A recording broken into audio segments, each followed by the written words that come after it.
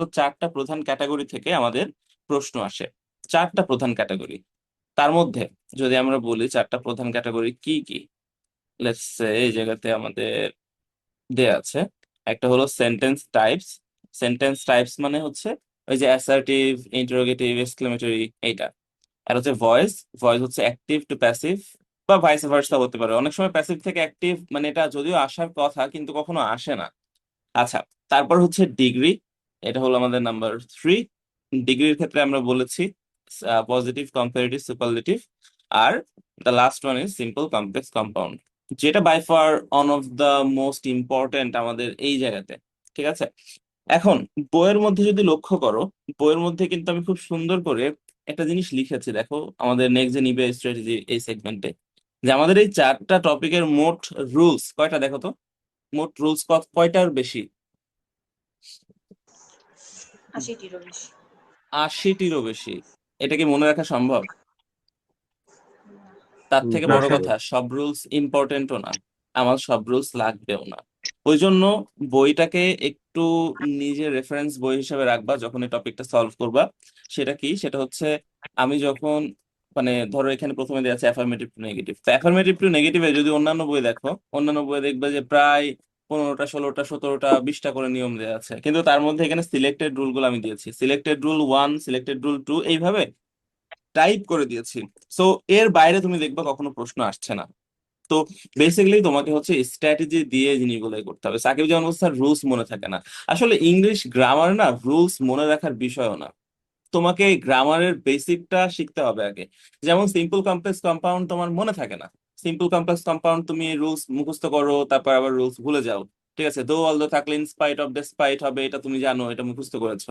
কিন্তু ব্যাপার হচ্ছে তুমি যদি এটা বুঝতা যে সিম্পল কেন, কেন কমপ্লেক্স, কেন কম্পাউন্ড, তাহলে না তোমার এই রুলস মুখস্থ করার প্রয়োজন হতো না। আমরা সেখানে যাব, কোনো সমস্যা নেই। প্রথমে আগে আমরা এখানে যে প্রাইমারি ডিসকাশনটা সেটা আগে শেষ করি। আমরা এখানে যদি কোর কনসেপ্টটা নিয়ে আলোচনা করি, প্রথমে একটা কথা বলেছিলাম, একটা হলো এর আগে ক্লাস 6, 7, 8, 9, 10-এ দেখবে বইয়ে, ইভেন কয়েকটা বইয়ে দেখলাম আমাদের এইচএসসির জন্য, সেখানেও লেখা আছে transformation of sentence. So transformation of সেন্টেন্সটা কি জিনিস, চেঞ্জিং সেন্টেন্সটা কি জিনিস, আসলে আমাদের এই টপিকের নাম হওয়া দরকার ছিল transformation of sentence. Because changing sentence এটা কিন্তু আমি যদি এরকম ভাবে বলি, he is a good boy, সে একজন ভালো ছেলে। He is not a good boy, সে একটা ভালো ছেলে না। এখানে কি ঘটলো বলতো? আমি কি এখানে সেন্টেন্সটা চেঞ্জ করিনি? এটা কি চেঞ্জিং সেন্টেন্স হয়নি? অবশ্যই হয়েছে, জি স্যার। এটা চেঞ্জিং সেন্টেন্স হয়েছে। কিন্তু ট্রান্সফরমেশন অফ সেন্টেন্স কাকে বলে? ট্রান্সফরমেশন অফ সেন্টেন্স বলে এখানে বাক্যের গঠনের পরিবর্তন হবে, অর্থাৎ এর যে ফর্মটা সেটা চেঞ্জ হবে, কিন্তু এর যে মিনিং সেটা অপরিবর্তিত থাকবে। এটাকেই বলে হচ্ছে ট্রান্সফরমেশন অফ সেন্টেন্স, যেটা আমাদের এইচএসসি তে আসে। যেমন he is a good boy, he is not a bad boy. দেখো এই দুইটার মধ্যে আমরা শুধুমাত্র গঠনটা পরিবর্তন পাচ্ছি, একটা পজিটিভ, একটা নেগেটিভ, কিন্তু এর অর্থগত কোনো অমিল আছে? না স্যার। অর্থ তো অর্থ ঠিক সিমিলার। আছে। তাহলে ট্রান্সফরমেশন কাকে বলে? ট্রান্সফরমেশন হচ্ছে অর্থ ঠিক রেখে সেন্টেন্সটাকে চেঞ্জ করা। অন্যদিকে কনভার্সন অফ সেন্টেন্স অথবা চেঞ্জিং সেন্টেন্স, এইটা আমরা বলতে পারি যে হ্যাঁ, সেন্টেন্স যদি আমি মিনিংটা পরিবর্তনও করে দিই, তাও তো সেটাকে আমরা চেঞ্জিং সেন্টেন্স বলবো। হ্যাঁ, কিন্তু আচ্ছা, ব্যাপারটা হচ্ছে চেঞ্জিং সেন্টেন্সটা হচ্ছে ব্রড টপিক। চেঞ্জিং সেন্টেন্সের মধ্যে দুইটা জিনিস, একটা হলো ট্রান্সফরমেশন, আর হচ্ছে কনভার্সন। কনভার্সন মানে ওর মানেটাও চেঞ্জ করে দেয়, অর্থটাও চেঞ্জ করে দেয়, আর ট্রান্সফরমেশন মানে অর্থ ঠিক রেখে ওর গঠনটা চেঞ্জ করে দেয়। সো আমার কাছে মনে হয় এই জিনিসটা আসলে এত বেশি বিস্তারিত বলার কিছু নেই। তোমাদের পরীক্ষাতেও এই ব্যাপারটা তোমাদের কখনোই বলবে না যে what is the transformation and what is conversion. But আমার কাছে মনে হয়েছে যে একটা টপিক যেহেতু আমরা শুরু করছি, এটা আদ্যপান্ত সবকিছু তোমার জেনে রাখা ভালো, এটা অ্যাডমিশনের সময় তোমার কাজে দিবে। আমরা কি সবাই এই কনসেপ্টটা বুঝতে পেরেছি? জি স্যার। জি আচ্ছা, যারা আমরা চুপচাপ আছি সমস্যা নেই, but you can use the chat box. হ্যাঁ, আমরা এর আগে মনে হয় ক্লাস করার সময় তোমাদের শিখিয়েছিলাম, যদি ইয়েস হয় ওয়াই লিখতে, নো হলে নো লিখতে বা এন লিখতে। আমার মনে হয় এইগুলাতে ক্লাসটা আমাদের আরেকটু বেশি পার্টিসিপেটরি মেথডে হলে ক্লাসটা প্রাণবন্ত হবে। রোহান যুক্ত হয়েছে, ওয়ালাইকুম আসসালাম। রোহান, কি অবস্থা? কেমন যাচ্ছে দিনকাল? প্রিপারেশন কেমন? স্যার ভালো আছেন? এই তো আলহামদুলিল্লাহ। প্রিপারেশন কেমন? আর তো স্যার টেনশনই তো স্যার, অবস্থা খারাপ স্যার, প্রিপারেশন মোটামুটি ভালো স্যার। অবস্থা খারাপ হলে হবে এখন? আর আপনার বন্ধু কোথায়? তা ওর নাকি একটু প্রবলেম আছে, আপনার নাকি বলছিল, ফোন দিয়েছিলাম আর কি স্যার। ঠিক আছে, সমস্যা নাই। আচ্ছা, দেখি আমরা তাহলে এই জায়গাতে বলেছি যে আম, 5টা সেন্টেন্স আমাদের আসবে। আমরা জানি প্রত্যেকটা টপিকে আমাদের যেহেতু 12টা টপিক আছে, 12টা টপিকের পূর্ণমান 5 করে, সো 5 12 60। সো 5টা এই যে সেন্টেন্স, এটা একটা প্যাসেজ টাইপের আসতে পারে। প্যাসেজ টাইপের বলতে আমি একটু আগে যে উদাহরণটা দেখালাম ঢাকা বোর্ড 2019-এর যে প্রশ্ন, এটা কিন্তু প্যাসেজ বলতে অ্যাজ ইন একদম পাশাপাশি প্লেন টেক্সটে প্যাসেজ দেওয়া আছে ব্যাপারটা এরকম না, কিন্তু থিম কিন্তু এক। যেমন লক্ষ্য করো সবাই, এখানে বাইজিদ বোস্তামীকে নিয়ে লেখা, এবং এখানে 5টা সেন্টেন্সই কিন্তু বাইজিদ বোস্তামির উপরে লেখা। ঠিক আছে? তো এরকম এক থিমে আসতে পারে। এক থিমে আসুক বা না আসুক, it doesn't matter. What matters is এই জায়গাতে আমাদের যে ডিরেকশনটা দেওয়া থাকবে ব্র্যাকেটের মধ্যে, যে তুমি এটাতে পরিবর্তন করো, তো ওইটা করতে পারাটাই হচ্ছে মেন। ঠিক আছে? তাহলে আমরা এখন শুরুতেই চলে যাব আমাদের ফার্স্ট যে segment, that is affirmative to negative. Affirmative to নেগেটিভটা অনেক ইজি এবং আমার বইও খুব ইজি করে লেখা। তারপরেও আমরা for the sake of discussion এটাকে খুব দ্রুত শেষ করে ফেলবো। এখন তোমরা যদি চাও এটার প্রত্যেকটা রুলের, হ্যাঁ, শুধুমাত্র রুলটুকু, এটা লিখতে কত 30 থেকে 40 সেকেন্ড সময় লাগবে, খাতাতে জাস্ট রুল 1 রুল 2 অথবা টাইপ 1 টাইপ 2 এইভাবে লিখে ফেলতে পারো। এখন প্রশ্ন আসতে পারে যে স্লাইডে তো আছে, বইয়ে আছে, কেন লিখবো? কারণ লিখলে তোমার মাসেল মেমোরিতে এই জিনিসটা ইনবিল্ট হয়ে যাবে এবং তুমি জানবা যে তোমার আসলে কয়টা রুল নিয়ে পরবর্তীতে কাজ করতে হবে। তো আমার মনে হয় যে খাতা কলম সবাই, সবার সামনে আছে না খাতা কলম? জি স্যার। জি স্যার, আছে, সাথে আছে, সবখানে লিখতে। ওকে, ঠিক আছে। আরমিন বলছে স্যার অসুস্থ, এর জন্য ঠিক মতো বলছে মেসেজ। আরমিন, কি অবস্থা? এত অসুস্থতা এখন হলে হবে? এটা কি কোনো সিজনাল ফ্লু নাকি কোনো সংক্রমণ কিছু, মানে সংক্রামক কিছু হয়েছে? তবে হ্যাঁ, যদি কষ্ট হয় সমস্যা নেই। জাস্ট একটু উম, আমি জানি ফোকাস করা কষ্ট হয়ে যায় যখন আমাদের শরীর উইক থাকে। তারপরে ট্রাই করো যে একটু দেখতে, দেখে দেখে এই জিনিসটাকে মিলাইতে, লজিক্যালি একটু রিজনিং করতে ব্রেনের মধ্যে, আই গেস বেশি কাজে লাগবে। এখন আমরা চলে আসি আমাদের affirmative to negative. Affirmative to নেগেটিভের এই জায়গাতে অ্যাফার্মেটিভের আরো একটা যদি টার্ম বলি, আমরা অ্যাফার্মেটিভকে আমরা কি বলতে পারি?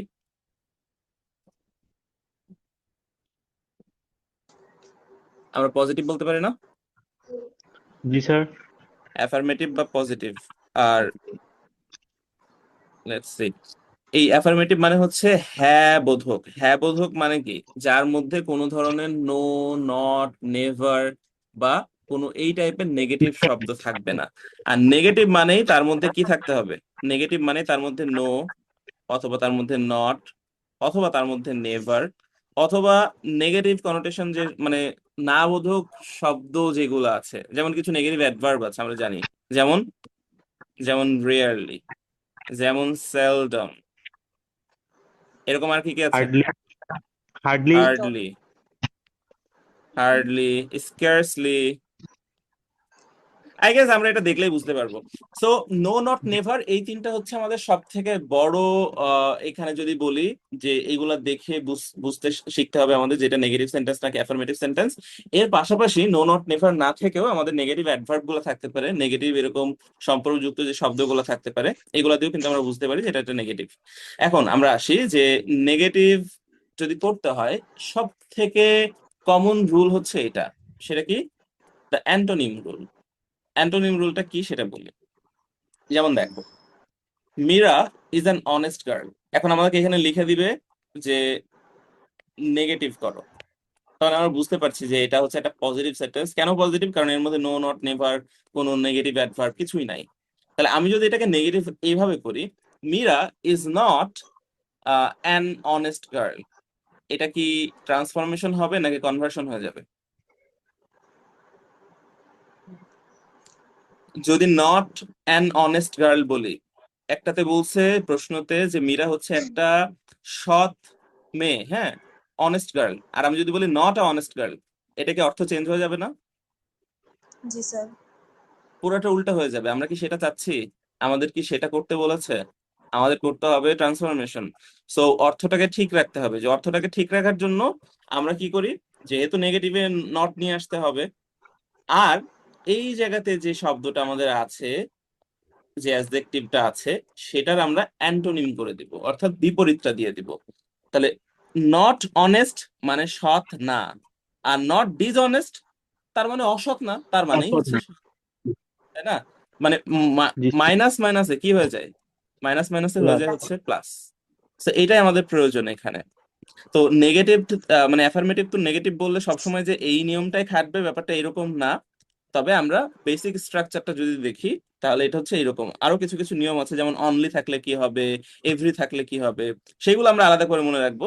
কিন্তু this is our primary rule, যে যদি আমাদের অ্যাফার্মেটিভ দেয়া থাকে, আমরা আগে দেখবো যে এখানে নট, নেভার এগুলো নিয়ে এসে পরবর্তী ওয়ার্ডটাকে অ্যান্টোনিম করে এটা হচ্ছে কিনা। যদি হয় তাহলে তো খুবই ভালো, আর যদি না হয় তখন আমরা দেখবো যে আমাদের অন্যান্য যে নিয়মগুলো আছে আমরা সেটাকে ইয়ে করতে পারি কিনা। যেমন দেখো, a frugal man lives a solvent life. What does the word frugal mean? কেউ জানি আমরা ফ্রুগাল অর্থ কি? না স্যার। জানো না কেউ? না, ফ্রুগাল মানে কি, কৃপণ? আমি তো তোমাদের দুইটা শব্দ শিখতে হবে। একটা হচ্ছে ফ্রুগাল, ফ্রুগাল হচ্ছে মিতব্যয়ী। মিতব্যয়ী অর্থ কি বলতো? কি বুঝো মিতব্যয়ী মানে কি? আচ্ছা, কৃপণ মানে কি তাও জানো না? স্যার বুঝাতে পারবো না, নিজে বুঝি। বুঝাইতে স্যার পারবে না? কৃপণ মানে কৃপণ মানে হচ্ছে বোঝানো যে, যাবে না। স্যার যাবে না, কেন যাবে তো স্যার। মানে ধনী, বলো। মানে কোনো কিছু যেমন কিনতে, ধরেন একটা শার্ট কিনতে ও খুব ইয়া করতে, মানে এক্স্যাক্টলি, অনেক ওর কথা যা বলে। খরচ করা লাগবে সেটা খরচ করতেও সংকোচ বোধ করে, সেটা খরচ করতে গেলেও অনেক ধরনের এক্সকিউজেস চলে আসে, ঠিক আছে? বা মানুষকে দান করতে গেলেও সে সবসময় কিপটা, মেইনলি কৃপণ হ্যাঁ মানে হচ্ছে কিপটা, আমরা কিপটা জিনিসটা বুঝি। আর আরেকটা হচ্ছে মিতব্যয়ী। মিতব্যয়ী মানে হচ্ছে যে যে জায়গায় যতটুকু প্রয়োজন সেখানে ততটুকু আয়োজন করে। অর্থাৎ তোমার ধরো, বাজারে গেছো, বাজারে যে তুমি দেখছো যে ধরো একটা ইম্পোর্টেড ফ্রুট, ধরো স্ট্রবেরি বা ব্লুবেরি, এটা কিনতে তোমার 1500 টাকা কেজি, আর তুমি দেখছো যে পাশেই 50 টাকা কেজি পেয়ারা আছে। ও জানে ইম্পোর্টেড ফ্রুট, ওইটার যে মানে নিউট্রিশিয়াস ভ্যালু, ওইটা পেয়ারার থেকে বেশি না, ঠিক আছে? তো ও পেয়ারাটা নিবে, ও ইম্পোর্টেড ফ্রুটটা কেন নিবে? এটা কিপটামি না, এটা হচ্ছে মিতব্যয়িতা, ঠিক আছে? জি ফ্রুগাল এটাকে জি। বলে, মানে যেখানে যতটুকু প্রয়োজন, প্রয়োজনের অতিরিক্ত ব্যয় করে না, একটু হিসাব করে চলে, এটাকে বলা হচ্ছে ফ্রুগাল বা মিতব্যয়ী। আর কৃপণ হচ্ছে যেখানে যতটুকু প্রয়োজন সেটুকু ব্যয় করতে চায় না। বুঝা গেছে এবার? জি বুঝা গেছে জি স্যার। স্যার। আচ্ছা, তা আমরা বলছি আ ফ্রুগাল ম্যান লিভস আ সলভেন্ট লাইফ। সলভেন্ট লাইফ মানে কি? সলভেন্ট কি? এই সমস্ত শব্দের অর্থ জানতে হবে তো। স্বচ্ছ। এই সানজিদা তো সায়েন্স স্টুডেন্ট না? জি স্যার। কেমিস্ট্রিতে সলভেন্ট আছে না, দ্রাবক? ধরো এটাও জানো না, সমস্যা দ্রাবক নেই। জি সব সলভেন্ট লাইফ মানে মানে হচ্ছে, সলভেন্ট লাইফ মানে হচ্ছে যার লাইফটা খুবই সর্টেড, কোনো সমস্যা হয় না তার লাইফে। যেমন যে মানুষটা খুব হিসেব করে চলে, বুদ্ধি করে চলে, তার লাইফে তো এরকম কোনো সমস্যা আসার কথা না, না? কারণ পর্যাপ্ত জি সেভিংস থাকবে তার, ইমার্জেন্সি ফান্ড থাকবে তার। তো এইটার কথা আমরা বলছি। আচ্ছা, তাহলে এখন যদি আমরা বলতাম a frugal man does not live a solvent life, জিনিসটা কি হয়ে যেত? পুরো উল্টা হয়ে যেত। ওই জন্য আমরা এখানে নট যেহেতু যুক্ত করেছি, সলভেন্টের কি করতে হবে? সলভেন্টের আমাদের অ্যান্টোনিম বের করতে হবে। অ্যান্টোনিম। তো সলভেন্টের অ্যান্টোনিম হচ্ছে ইনসলভেন্ট। সেন্স। That's it. এখন মাথায় আসতে পারে, স্যার এই জায়গাতে ডাজ নট হইলো আর এখানে ইজ নট হইলো, হোয়াই? এটা আমাকে কেউ বলতে পারবা? যদি এটা বলতে পারো তাহলে তোমাদের একটা বেসিক ক্লিয়ার হয়ে যাবে। স্যার এখানে ইজ নট, এখানে লাইফের ডাজ নট সাথে কেন? এস আমরা ডাস দিয়েছি এখানে। তবে এখানে লাইফ। লাইফের ভার্বের সাথে সাথে এস হলে ডাজ হবে? হ্যাঁ। না স্যার, না, এটাই তো। মানে স্যার কোন বলো একটা তাহলে। প্রেজেন্ট ফর্মে থাকে, ওটার সাথে ভার্বের সাথে যদি অ্যাজ বাই এস থাকে তাহলে স্যার ডাজ নট হবে বা ডাজ হবে। আর যদি স্যার ভার্বের সাথে অ্যাজ বাই এস না থাকে তাহলে ডু হবে। আর যদি পাস্টে থাকে তাহলে ডিড হবে স্যার। আচ্ছা, ব্যাপারটা তাই। এখন যদি আমি এখানে দেখি, এই যে ভার্বের সাথে এস আছে, এটাও তো এটা তো হচ্ছে একটা সিঙ্গুলার ভার্ব। এটা তো অক্সিলারি। নিয়মটা ওইটা না, নিয়মটা হচ্ছে নট কখনো একা বসতে পারে না, নেভার একা বসতে পারে, because never is an adverb. ঠিক আছে, নেভার হচ্ছে একটা অ্যাডভার্ব, অ্যাডভার্ব একা বসতে পারে। আচ্ছা, নো, নো একা বসতে পারে, ও অ্যাডজেক্টিভ হিসেবে কাজ করতে পারে, যেমন নো স্টুডেন্ট। এই যে স্টুডেন্ট নাউন, নাউনকে মডিফাই করছে, হয়ে গেল এটা অ্যাডজেক্টিভ।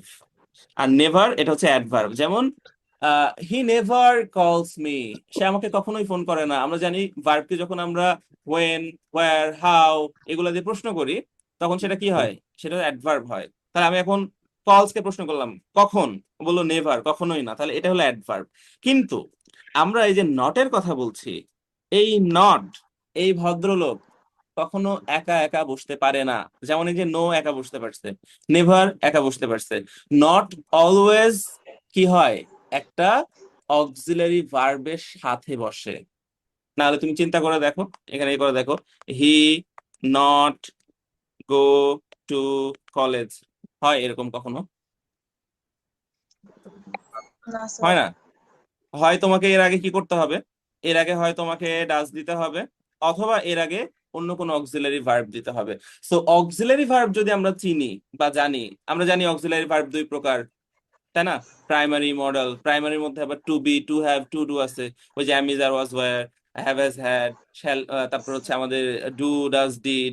ওইদিকে হচ্ছে মডেল ভার্ব আছে, can, could, shall, should, will, would, may, might, must. So যতগুলা অক্সিলারি ভার্ব আছে, আমাদের নট তার সাথে বসাতে হয়। এখন তাহলে এখানে প্রশ্ন আমি যেটা বলেছিলাম, যে এখানে কেন ডাজ আসলো, এখানে কেন ইজ এসেছে, বিকজ যেই জায়গাতে অলরেডি এক্সিস্টিং অক্সিলারি ভার্ব থাকে, নট তো তার সাথেই বসবে। যেমন এখানে দেখো, Meera is an honest girl, এখানে অলরেডি একটা অক্সিলারি ভার্ব আছে না, ইজ।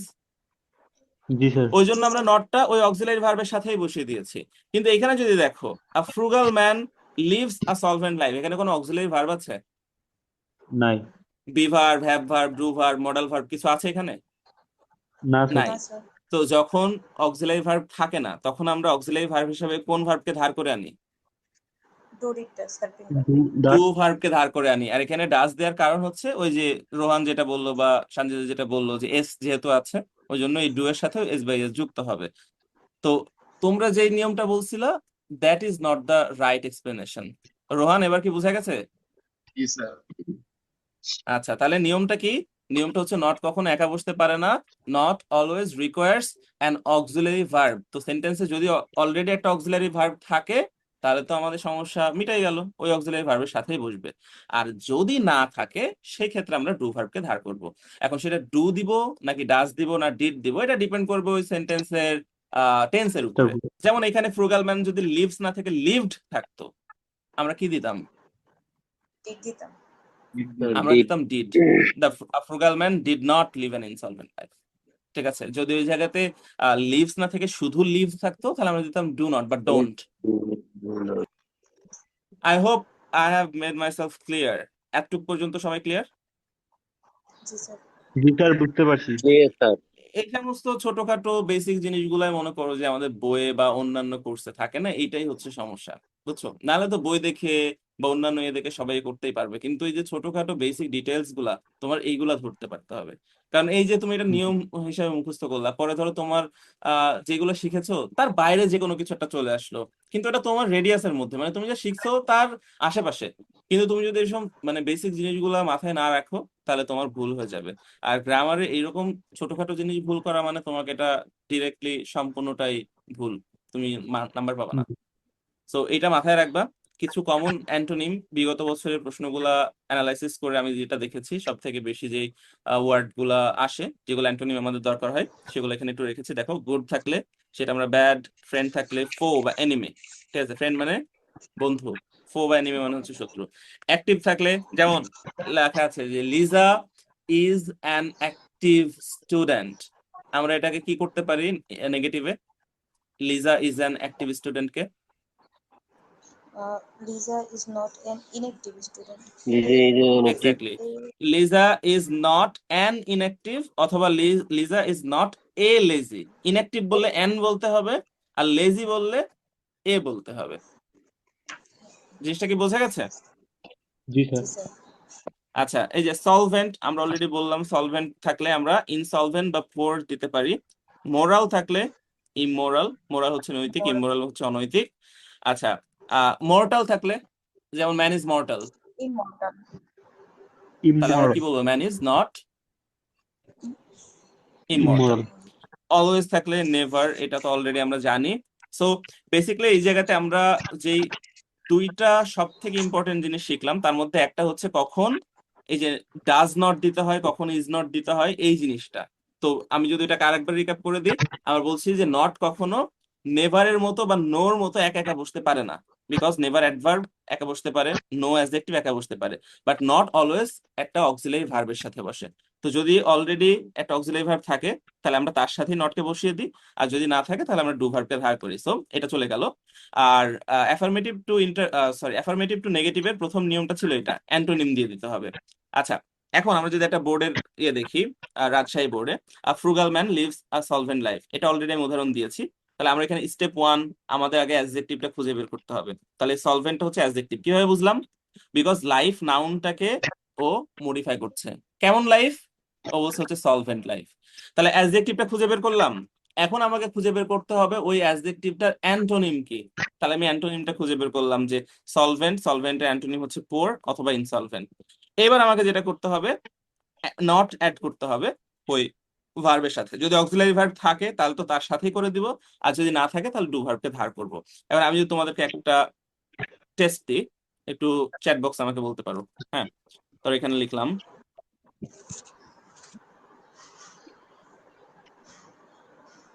তাহিম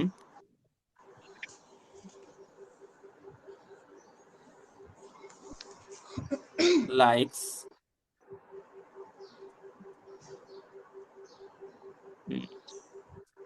আচ্ছা, এই জায়গাতে লাইকস না দিয়ে একটা অন্য ভার্ব দিই, তাহলে তোমাদের এই করতে সুবিধা হবে।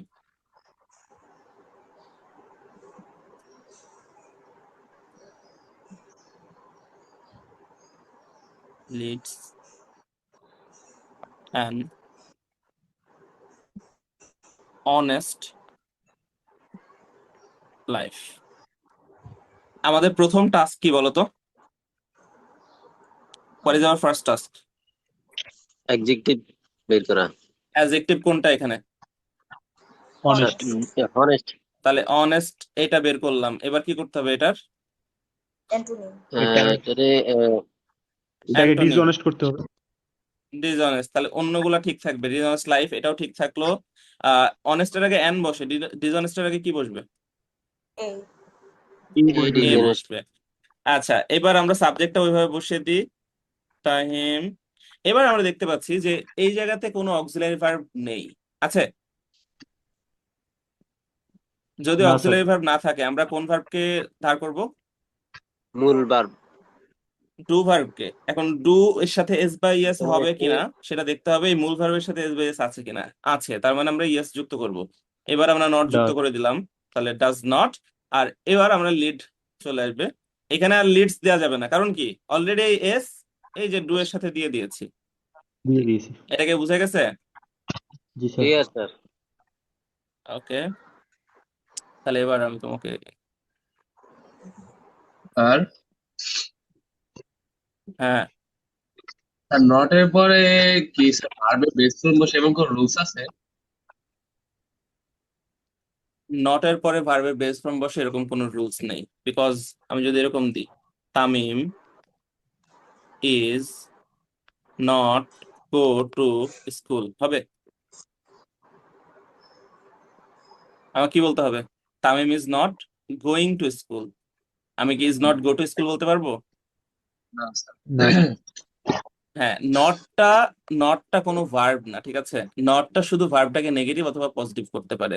এটা ডিপেন্ড করবে আমাদের তার আগে কি ভার্ব আছে। যেমন আমরা জানি বি ভার্ব থাকলে ওর পরের ভার্বটা মানে অ্যাক্টিভ ভয়েসে অলওয়েজ কি হয়? আইএনজি ফর্মে হয়। কিন্তু এখানে যদি এটা মডেল ভার্ব থাকতো, must not, does not, can not, তাহলে আমরা এখানে বেস ফর্ম দিতাম। কারণ মডেল ভার্বের পরে, ডু ভার্বের পরে অলওয়েজ বেস ফর্ম বসে। সো নটের জন্য ভার্বের কোনো ফর্মের এদিক ওদিক চেঞ্জ হয় না। Got it, Rohan?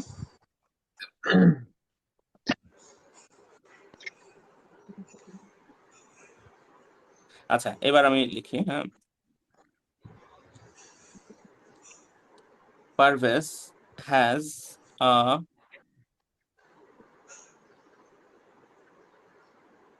Broken leg, এটাকে নেগেটিভ করো দেখি। Parvez has not an unbroken leg. এইটাই আমার সমস্যা ছিল যে এটাই করবো তোমরা। আনব্রোকেন নিয়ে কোনো সমস্যা নেই। আনব্রোকেন, যদিও আনব্রোকেন ছাড়াও আমরা অন্য অ্যান্টোনিম দিতে পারি, যেমন ব্রোকেনের বিপরীত কি, আমরা বলতে পারি পারফেক্ট লেগ। পারফেক্ট মানে যেটা একদম ভালো আছে, ব্রোকেন হচ্ছে ভেঙে গেছে। সো পারফেক্টও বলতে পারি আমরা, এমনি সুস্থ বলতে পারি, হেলদি লেগও বলতে পারি, আনব্রোকেনও is fine. But the thing is, আমি যে বললাম যে অক্সিলারি ভার্বের সাথে সবসময় নট বসে, ওই জন্য তুমি কি করেছো, পারভেজ হ্যাজ নট। বাট এই জায়গাতে এই হ্যাজটা not an auxiliary verb, it is a main verb, principal verb. So আমাদের এখানে একটা অক্সিলারি ভার্ব অ্যাড করতে হবে। তাহলে কি করতে হবে এখানে, পারভেজ ডাজেন্ট হ্যাভ। এখানে আবার হ্যাজটা হ্যাভ হয়ে গেল কেন? বিকজ ডু ভার্বের পরে সবসময় ভার্বের বেস ফর্ম বসে, হ্যাজ এর বেস ফর্ম হচ্ছে হ্যাভ। জি হ্যাভ এখনো বলতে পারে অ্যান আনব্রোকেন লেগ, যা যা বলা যায়। এই নিয়মটা জি আমি জানি, কারণ অনেক মানে ভালো ভালো স্টুডেন্টরাও দেখি যে এই জায়গাতে এসে একটু ব্লান্ডার করে ফেলে। ওই জন্য আমার মনে হলো যে এটা আমাদের একটু রিক্যাপ করার প্রয়োজন আছে। Sir, এটা কি বুঝে গেছে? হ্যাঁ does সঞ্জিতা, this আমরা does বুঝিনি। স্যার দুইয়ের সাথে ইএস কেন দিয়েছি এটা বুঝতে পারিনি। বিকজ এই যে থার্ড পারসন সিঙ্গুলার নাম্বার ভার্বের সাথে এস বাই এস যুক্ত হয়েছে না, এটা ওই যেমন তুমি লিভস তারপরে লিডস এরকম করলা, এটাও তো হ্যাজ, এটাও তো হচ্ছে তোমার third person singular number. Has আছে ওই জন্য ডাজ নট। যদি হ্যাভ থাকতো তাহলে আমরা ডু নট দিতাম। বুঝিনি? বুঝতে পারছি। জি স্যার বুঝতে পারছি। আচ্ছা আর হ্যাঁ, এটা মূল ভার্ব কেন হইলো, মানে আচ্ছা মূল ভার্ব কেন হলো এবার আমি বলি তোমাকে। Rohan, answer this question. আমি যদি তোমাকে এখন বলি রোহান হ্যাজ কল্ড মি, এখানে হ্যাজ কি ভার্ব, মূল ভার্ব নাকি অক্সিলারি ভার্ব? এখানে তো অক্সিলারি, কারণ কল তো বিকজ বিকজ আমরা বুঝতে পারলাম যে হ্যাজ এর পরে আবার একটা মূল ভার্ব আছে যার ভি3 হচ্ছে। এবার তুমি আমাকে এখানে বলো Parvez has a broken leg, এখানে আর কোনো ভার্ব আছে? না স্যার, হ্যাঁ বুঝতে পারছি, এটা তো অ্যাডজেক্টিভ। তো খুব ইজি একটা জিনিস।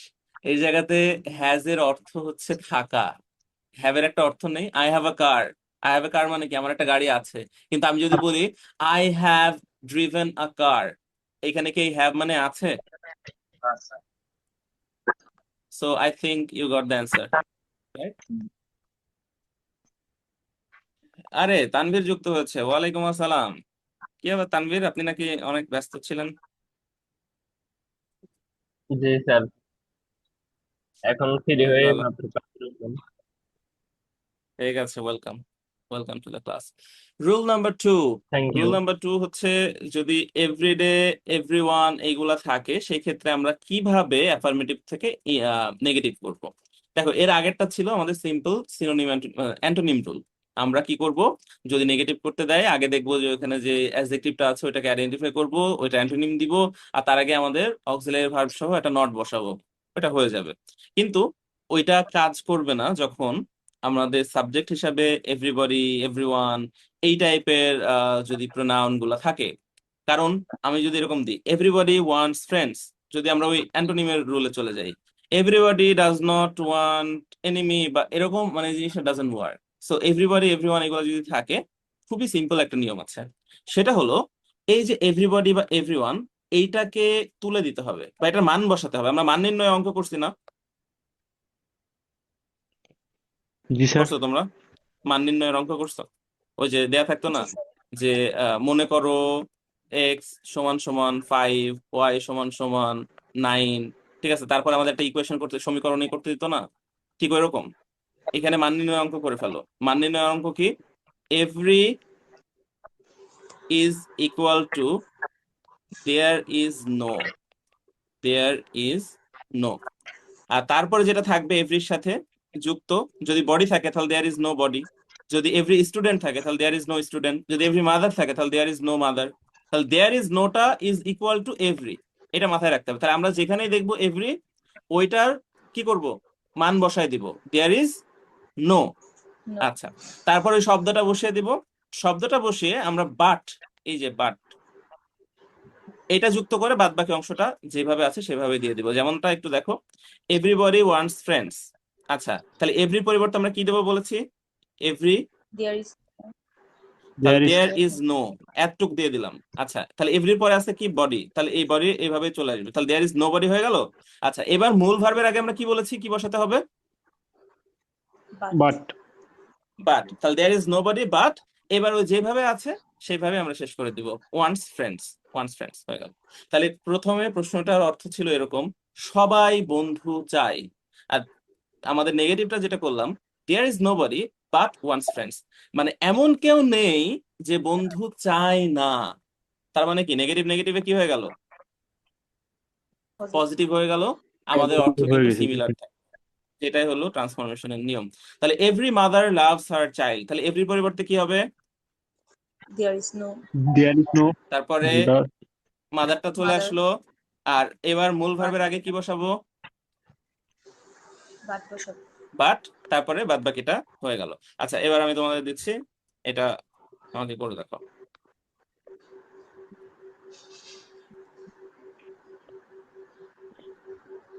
Every student wants to pass, এটা নেগেটিভ কি হবে? There is no student hmm, but wants to pass. এই তো, ভেরি গুড। আচ্ছা, সবাইকে এই নিয়মটা ক্লিয়ার হয়েছে? জি স্যার, জি স্যার। ইজি লিখতেছে। আচ্ছা, ঠিক আছে। আহ দিনাজপুর বোর্ডের একটা প্রশ্ন দেখো, এভরিবডি অ্যাভোর্স হিম। অ্যাভোর্স মানে কি? অ্যাভোর্স মানে হচ্ছে ঘৃণা করা, তীব্র ঘৃণা।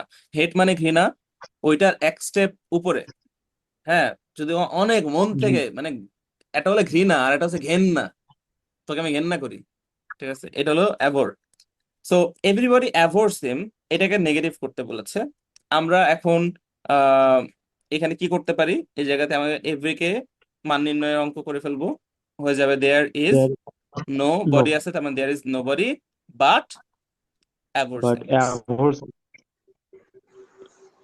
এক্স্যাক্টলি। এটাকে না আরেকটা উপায়ও করা যায়, যদি আমরা রিলেটিভ মানে প্রোনাউন বসিয়ে তারপর আমি একটু করে দেখাচ্ছি, তোমরা দেখো, কিন্তু এটা তোমাদের কাছে একটু জটিল লাগবে, ওই জন্য আমি তোমাদের জাস্ট একটাই রেখেছি।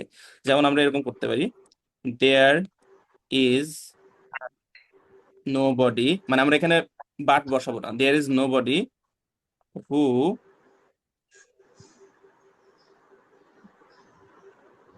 লাইকস হিম, এমন কেউ নেই যে তাকে পছন্দ করে। এটার মানেই তো এমন কেউ, মানে সবাই তাকে ঘৃণা করে, তাই না? ব্যাপারটা তো এরকমই হলো। জি কিন্তু এখানে আবার একটু ঝামেলা, ওই যে আবার এই অ্যাভোর্সের অ্যান্টোনিম খুঁজে বের করো, ঠিক আছে? তো এই জায়গাতে আমি এই ঝামেলাটা যাতে না দিতে হয় সেই জন্য সরাসরি আমরা কি করব, দেয়ার ইজ নো, তারপরে ওই শব্দটা বসিয়ে দিব, তারপর বাট বসিয়ে দিব, তারপরে যা আছে ওইরকম ভাবে দিয়ে দিব, কোনো অ্যান্টোনিম টেনে আনার কোনো প্রয়োজন নেই। সো তোমরা ভুলে যাও যে এই নিয়মটা এক্সিস্ট করে, কারণ যখন তোমার এই অপশন মাথার মধ্যে থাকবে যে এখানে আরো একটা অপশন আছে, তখনই তোমার মাথার মধ্যে একটু কিচিমিচি হয়ে যাবে যে না, এটাকে আরেকটা কিভাবে করা যায়। দরকার নেই, তুমি ভাববা যে এই একটাই অপশন। ওকে জি স্যার। ওকে। আচ্ছা, অনলি, এই নিয়মটা খুবই ইম্পর্টেন্ট, এটা পরীক্ষাতে আসে আর খুবই ইজিও বটে। যদি অনলি থাকে, আমাদের দেখতে হয় যে অনলির পরে আসলে এটা কাকে মডিফাই করছে। এটা কি কোনো ব্যক্তি, এটা কি কোনো বস্তু, নাকি এটা কোনো সংখ্যা? যদি ব্যক্তি হয় তাহলে অনলির পরিবর্তে আমরা নান বাট ব্যবহার করি। নান মানে হচ্ছে নো ওয়ান, নো ওয়ান বুঝতেই পারছি, এটা পার্সনকে বোঝাচ্ছে, নো ওয়ান। আচ্ছা, যদি বস্তু হয় তাহলে নাথিং বাট, আর যদি সংখ্যা হয় তাহলে not more or not less, ঠিক আছে? যদি আমরা একটু উদাহরণ দেখি, অনলি আল্লাহ বা অনলি হি, এখন যাই থাক না কেন, যদি আমরা দেখি সেটা হচ্ছে সৃষ্টিকর্তা বা কোনো পার্সনকে বোঝাচ্ছে, তাহলে আমরা কি করব? অনলির পরিবর্তে নান নান বাট। বাট দিয়ে দিব। তাহলে none but Allah can help us, অন্য কিচ্ছু চেঞ্জ করা দরকার নেই। আচ্ছা, it begets only the worst, it begets, begets মানে হচ্ছে নিয়ে আসা, বয়ে আনে, তাহলে এটা শুধুমাত্র সব থেকে খারাপই বয়ে আনে। তাহলে ইট বিগেটস এখানে আমরা নান বাট করব নাকি নাথিং বাট করব, ইট ডিপেন্ডস। আমরা কি এখানে ব্যক্তিকে বোঝাচ্ছে? না না স্যার স্যার বস্তু না, মোটেও ব্যক্তিকে বোঝাচ্ছে না। ব্যক্তিকে বুঝাইলে আমরা বুঝতে পারতাম, সো এটা বস্তুকে বোঝাচ্ছে। তাহলে বস্তুকে বুঝাইলে অনলির পরিবর্তে আমরা নাথিং বাট দিয়ে দিই, it begets nothing but the worst. আচ্ছা, এবার দেখো সংখ্যা আছে, হি ইজ অনলি 10, সে মাত্র 10 বছর বয়স। সো বয়স বা সংখ্যা যাই থাকুক না কেন, আমরা এখানে নট মোর দেন অথবা নট লেস দেন ব্যবহার করতে পারি। হি ইজ অনলি 10, এটাকে আমরা বলতে পারি হি is not more not than more 10, or he is অথবা নট লেস দ্যান 10, একই জিনিস। আমরা বলছি সে 10-এর উপরে না বা সে 10-এর নিচে না। সো এই অনলির নিয়মটা আই গেস খুব একটা প্রবলেমেটিক না, মনে রাখতে খুব ইজি হবে, শুধুমাত্র আমাদের প্র্যাকটিস দরকার। সমস্যা আছে এখানে কোনো? না স্যার না না স্যার স্যার ক্লিয়ার। ওকে, আচ্ছা, এই নিয়মটা একটু রিস্কি নিয়ম, সেই জন্য এখানে লিখে দিয়েছে রিস্ক অ্যালার্ট। ঠিক আছে, মাস্ট বা হ্যাভ টুর ক্ষেত্রে একটু যদি আমরা দেখি, যে যদি বাধ্যবাধকতা বোঝায় কোনো কিছু তোমাকে করতেই হবে, করতেই হয়, সেক্ষেত্রে আমরা ক্যান নট বাট। আর যেহেতু ক্যান একটা কি ভার্ব, মডাল ভার্ব না? মডাল ভার্বের পরে ভার্বের সবসময় কোন ফর্ম বসে? বেস্ট ফ্রম বে- বেস ফর্ম বসে। সো ক্যান নট বাটের পরে আমাদের অলওয়েজ বেস ফর্ম বসাতে হবে, অর্থাৎ V1 বসাতে হবে। দেখো, you must obey your parents, এই যে মাস্ট দেয়া আছে, আমরা বললাম মাস্ট অথবা হ্যাভ টু, মানে যদি বাধ্যবাধকতা বুঝাই তাহলে আমাদের কি করতে হবে? মাস্টের পরিবর্তে can can not not but দিতে হবে বাট। তাহলে you can not but obey your parents. ঠিক একইভাবে যদি আমরা এখানে দেখি you must obey your parent, এখানে হচ্ছে ক্যান নট হেল্প দিয়েও করতে পারি, দুইটা মেথড আছে। ক্যান নট বাট দিলে আমাদের ভার্বটা হবে বেস ফর্মের, best from can not Best. Help দিলে আমাদের ভার্বটা হবে জিরান, মানে ING আইএনজি form. ফর্মের। তাহলে you can not but obey, but you can not help obeying. যদি আমরা হেল্প দিই ক্যান নটের পরে তাহলে ভার্বের সাথে আইএনজি দিব, আর যদি আমরা এখানে বাট দিতাম তাহলে হচ্ছে শুধু বেস ফর্ম দিতাম। তাহলে আমি যদি একটা এখানে লিখি,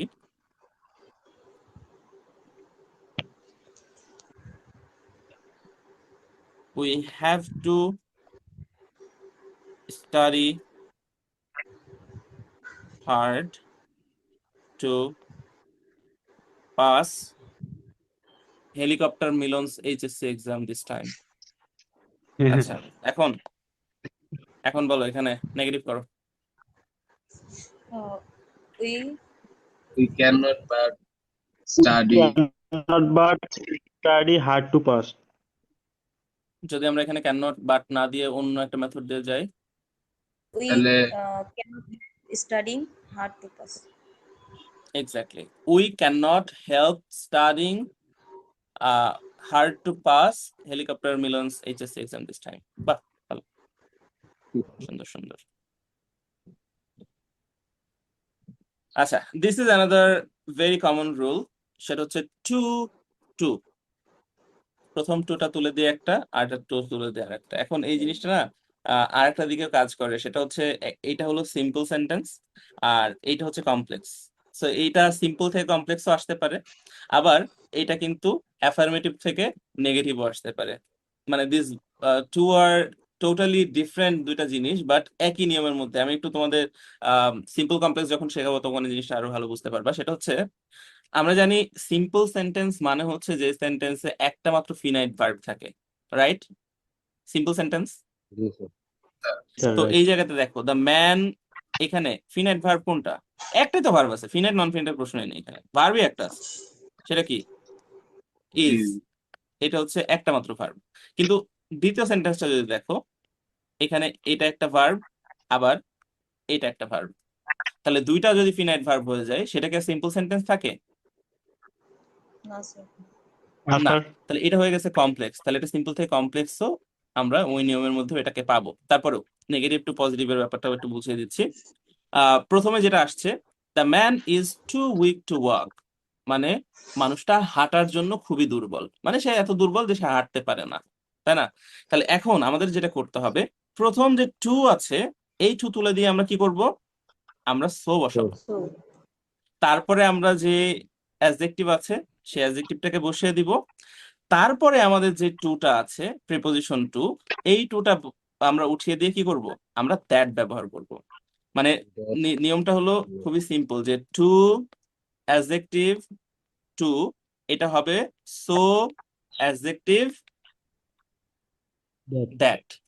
এখন তোমাদের একটা জিনিস মাথায় রাখতে হবে, তোমরা সবসময় জানো যে টু এর পরে ভার্বের বেস ফর্ম হয়, রাইট? জি স্যার, ভিওন। ওই জন্য এখানে টু এর পরে কি হয়েছে, টু এর পরে ওয়াক হয়েছে, তাই না?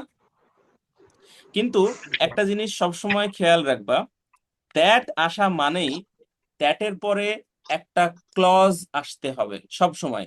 ক্লজ মানে কি? ক্লজ মানে হচ্ছে একটা সাবজেক্ট, একটা ফিনাইট ভার্ব। কি বললাম? একটা সাবজেক্ট, একটা ফিনাইট ভার্ব।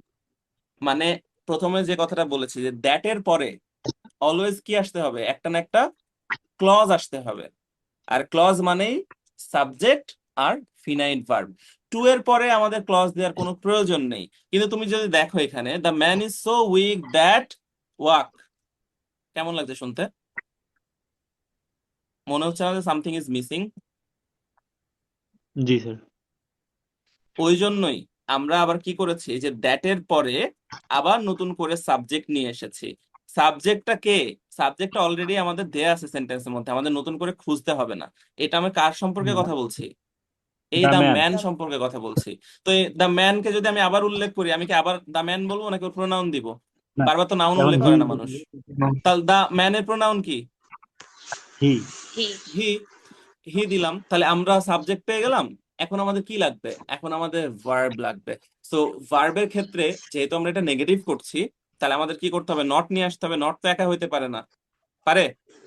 নট সবসময় কি না লাগে? স্যার, এটা কিন্তু ওই জন্যই একটা প্রথমে আমি ভার্ব, শিখিয়েছি, যেটা যে জন্য কাজে লাগবে। একটা ভার্ব না, একটা অক্সিলারি ভার্ব। যে কোনো ভার্ব অক্সিলারি ভার্ব হলে হবে লাগবে। না। তো এই যে ক্যানটা একটা অক্সিলারি ভার্ব না? জি স্যার, জি ক্যান স্যার। কুড। কেন ক্যান নিয়ে আসলাম? অর্থ মিলানোর জন্য। আমাদেরকে এটাও বুঝতে হবে।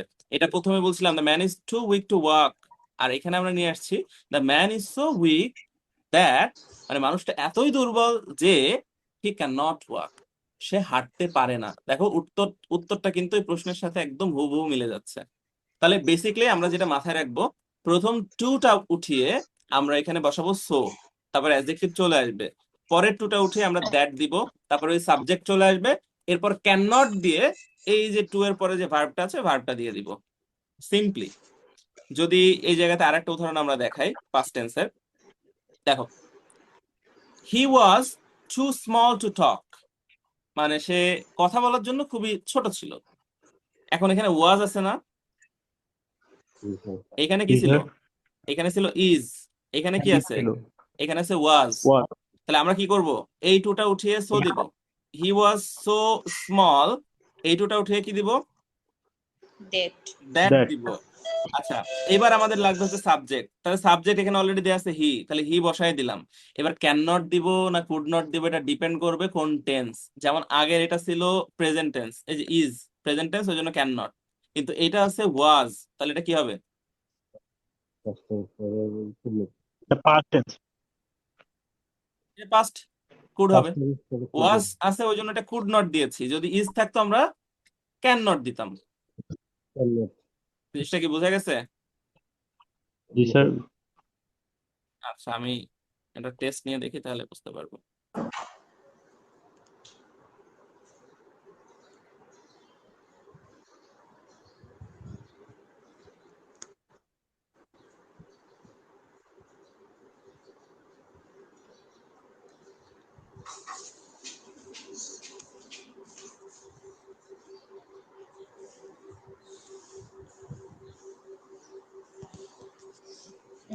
Milon was ধরো, so sad that he could not smile.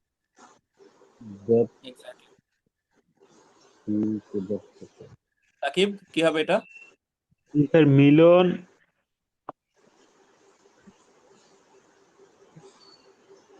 মিলন মিলন এতই মানে দুঃখ যে সে হাসতে পারে না, মানে এটা এত এটা দুঃখে। এটা বলো, নেগেটিভটা বলো। প্রথম টুটা উঠে কি তাহলে হয়? প্রথম টুটা উঠে সো হয়। সো হবে স্যার। তাহলে Milan was so so that.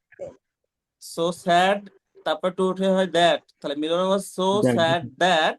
এবার আমাদের সাবজেক্ট দিতে হবে, মিলনের সাবজেক্ট হচ্ছে হি, তাহলে দ্যাট হি। হি এবার ক্যান নট দিব না কুড কুড নট নট দিব? স্যার কুড নট কারণ হবে। এখানে ওয়াজ আছে, তাহলে হি জি স্যার। কুড নট স্মাইল, স্মাইলটা স্মাইল। বসে যাবে। নিলয়, বোঝা গেছে এটা ঠিক মতো? জি স্যার। আচ্ছা, তানভীর, রোহান?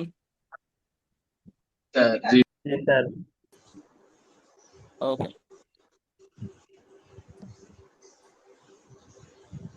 আচ্ছা,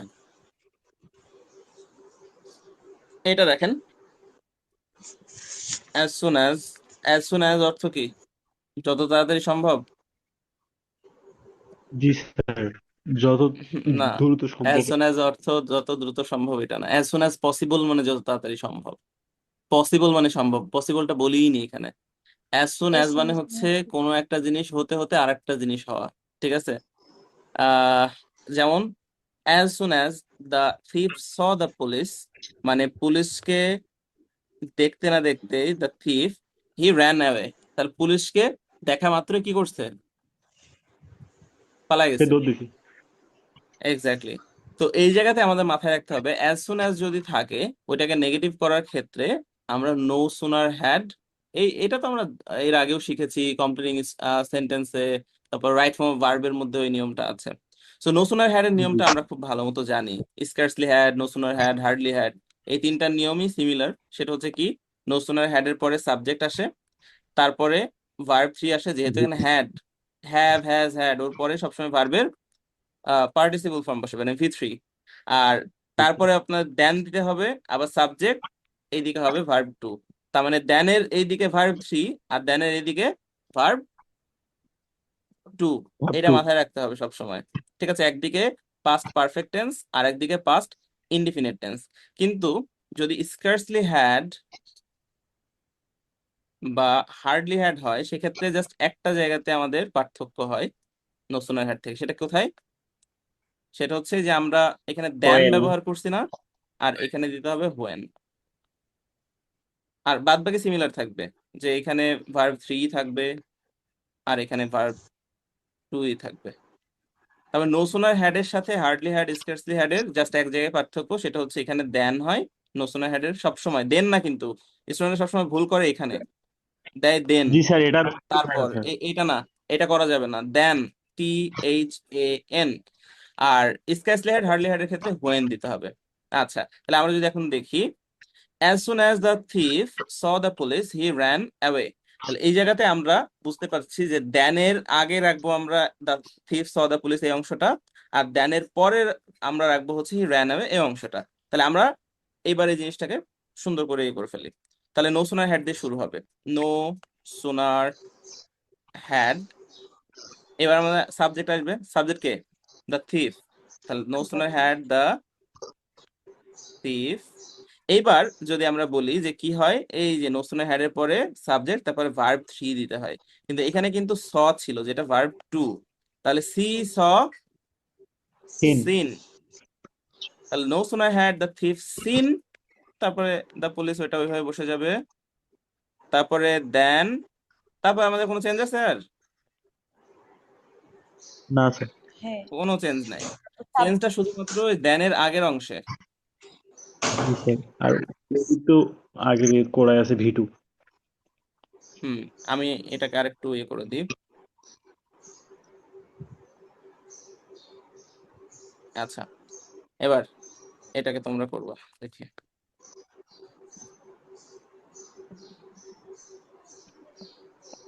He cut the phone as soon as he saw me. আচ্ছা, এখানে as soon as টা শুরুতে আছে না মাঝে আছে? মাঝে স্যার মাঝখানে। মাঝখানে আছে। কিন্তু নো সুনার হ্যাডটাকে আমরা মাঝখানে দিতে পারবো না না স্যার। প্রথমে না? আমাদের নো সুনার হ্যাডটা প্রথমেই দিতে হবে। এখন বলো কি হবে তাহলে? নো সুনার নো হ্যাড দিলাম, সোনার হেড হি এইবার এই সাবজেক্ট জায়গাতে হবে। একটু প্রবলেম তোমাদের হয়ে যায়। নো সুনার হ্যাড, এটা তো দিয়ে দিলাম, খুব ভালো কথা। কিন্তু হি কাট দ্য ফোনটা এখন এখানে দিব দেনের আগে, নাকি হি স মি এটা দিব দেনের আগে? এইটা হচ্ছে আমাদের স্যার প্রশ্ন, তাই না? স্যার হি স্বামী দিতে হবে maybe। Exactly. As soon as যেখানেই থাক, ও শুরুতে থাক, ও শেষে থাক, ইট ডাজেন্ট ম্যাটার। সবসময় মাথায় রাখতে হবে অ্যাজ সুন অ্যাজ এর পরে যে অংশ থাকবে, নো সুনার হ্যাড এরও পরে সেই অংশটাই হবে। তাহলে আমরা এখন কি করব? নো সুনার হ্যাড হি হি স কি হয়ে সিন যাবে? সিন সিন হবে। Seen me seen me then then he. He এই অংশে তো কোনো ইয়ে নাই, চেঞ্জ নাই। তারপর জি স্যার, ঠিক ঠিক। এটা কি বোঝা গেছে? জি স্যার, জি গট ইট। স্যার। বুঝলে ভালো, না বুঝলে আরো ভালো। আচ্ছা, negative to sorry assertive to negative এটা আমাদের শেষ। এখানে আর অন্য কোনো আমি দেখছি না, জাস্ট দু একটা আছে, সেগুলা না বললেই না। যেমন অলওয়েজ থাকলে নেভার হয়, এটা আমাদের বইয়েও মনে হয় আছে। কত নম্বর নিয়ম দেখি তো বইয়ে। বইতে দেওয়া নেই। বইটা দেওয়া নেই, না, এটা দেওয়া নেই মনে হয়, টুটুটা তাহলে এই কারণেই যে this is not that important. Sir S one S এটাও দেওয়া নেই। হ্যাঁ, আমি বিগত বইটা এমন ভাবে লেখা, ওই যে বলছি না যে 80টা রুল থেকে আমি হচ্ছে একদম কার্ভ ডাউন করে যত ছোট করা যায়। তো বিগত বছরের প্রশ্নগুলো অ্যানালাইসিস করলে দেখবা যে সব থেকে বেশি যেই রুলগুলা থেকে প্রশ্ন এসেছে, বইটা ওইভাবে লেখা আর কি। ঠিক আছে। জি স্যার। আচ্ছা, যদি আমি এখন অলওয়েজ এর নিয়মটা এখানে মুখে মুখে করে দিই, কোনো সমস্যা নেই। অলওয়েজ মানে কি? সর্বদা। সবসময়। সর্বদা। নেগেটিভে ওইটা হয়ে যাবে নেভার।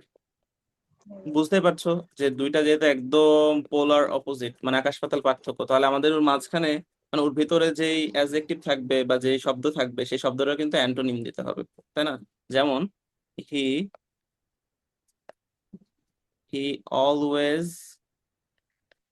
Speaks the truth. এখন অলওয়েজ দিলে এটা কি করতে হবে নেগেটিভে? নেভার। He never never. এখন আমি যদি বলি he never speaks the truth, এটা কি সিমিলার হলো? He always speaks the truth না মানে সে স্যার, সদা মানে সত্য কথা বলে, আর he never speaks the truth আর মানে কি? সে কখনোই সত্য বলে না। সত্য। দুইটা কি অর্থ কি সেম বলবে না। থাকলো? না স্যার, না অর্থের স্যার। পরিবর্তন। অবশ্যই না। তাহলে আমরা এখানে কি করতে হবে? নেভার এখানে আমাদের এই যে অবজেক্ট যেটা আছে, যে নাউনটা আমরা দেখতে পাচ্ছি, এটার অ্যান্টোনিম দিতে হবে। তাহলে ট্রুথের দ্য অ্যান্টোনিম কি? ফলস। ফলস। ফলস। ট্রুথের অ্যান্টোনিম ফলস। ট্রুর অ্যান্টোনিম ফলস। ট্রুথ হচ্ছে নাউন আর ট্রু হলো অ্যাডজেক্টিভ। ভাই লাই, লাই জানো না তোমরা? লাই, লাই মানে কি? ও লাই, মিথ্যা। হ্যাঁ, ফলস স্যার আর মিথ্যা। লাই, এই দুইটার মধ্যে পার্থক্য আছে। আচ্ছা, আমরা এখানে সরাসরি এই যে স্পিক্স দ্য ট্রুথ এটাকে আমরা বলে দিতে পারি he never lies. He never lies মানে সে কখনোই মিথ্যা বলে না। মানে আমাদেরকে মিথ্যা বলবো এইভাবে না। একটু স্যার আসতে আমি হবে।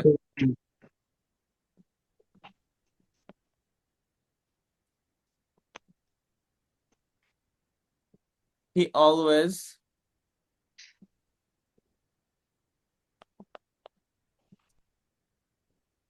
ফলোজ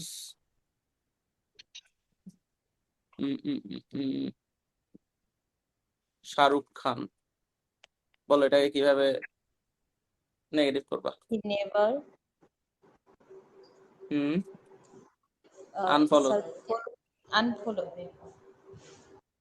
হয়তো ফলোর আমরা হচ্ছে ইয়ে দিয়ে দিলাম, অ্যান্টোনিম দিয়ে দিলাম। বেসিক্যালি আমরা যদি অলওয়েজ কে নেভার করতে পারি, বাদ বাকি এটা আমাদের এমনিতে মাথায় চলে আসবে, কারণ আমরা দুইটা পড়লেই বুঝতে পারবো যে দুইটা ইট ডাজন্ট মেক সেন্স, তাই না? যতক্ষণ না এটাকে অ্যান্টোনিম করছে। আচ্ছা, এখন অ্যাসার্টিভ টু ইন্টারোগেটিভ আমাদের কি 1 ঘন্টা পার হয়েছে? হয়েছে। আমরা আর কিছুক্ষণ করি আজকে ক্লাসটা, তারপরে আমরা পরবর্তী ভাগটুকু রেখে দিতে হবে। তোমাদের প্রথম অংশটার উপরে যত বেশি পারো বোর্ড প্রশ্ন প্র্যাকটিস করে সেটা দেখাতে হবে আমাকে। ওই দিন মনে হয় হোমওয়ার্ক শুধুমাত্র আর্মিন আর কে যেন দিয়েছিল আমাকে গ্রুপে, কিন্তু আজকে স্ট্রিক্টলি বলে দিচ্ছি, এই যে যতগুলা নিয়ম আমি এখানে করলাম তোমরা বোর্ড প্রশ্নের মধ্যে দেখবা। বোর্ড প্রশ্ন তো এইভাবে দেওয়া থাকে, 5টা 6টা করে, মানে 5টা করে যে সেন্টেন্স দেওয়া থাকে ওইখানে কিন্তু ব্র্যাকেটে লেখাই থাকে যে নেগেটিভ নেগেটিভ নেগেটিভ। তো দেখবে যে নেগেটিভ যেগুলো আছে সেগুলো তুমি পারছো কিনা। ওগুলো ঠিক আছে, যদি না পারো তাহলে সেটা অবশ্যই আলাদা করে হাইলাইট করে আমাকে বলতে হবে, যাতে ওইটা আমরা সবাই মিলে আবার শিখে যেতে পারি।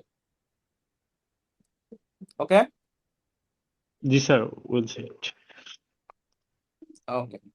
আচ্ছা, এবার আমরা আসি আমাদের অ্যাসার্টিভ টু ইন্টারোগেটিভে। অ্যাসার্টিভ টু ইন্টারোগেটিভ করতে হলে এখানে অ্যাসার্টিভ টু ইন্টারোগেটিভ বলো বা অ্যাসার্টিভ টু এক্সক্লেমেটরি বলো বা যাই বলো না কেন, সব থেকে প্রধান যে বিষয়টা হচ্ছে প্রত্যেকটা টাইপের সেন্টেন্সের স্ট্রাকচার তুমি জানো কিনা, এটা বাই হার্ট একদম ভিতর থেকে তোমার মুখস্থ আছে কিনা, তুমি এগুলো বুঝো কিনা। যদি না বুঝো তাহলে রুলস মুখস্থ করে করে কোনো আসলে লাভ হবে না।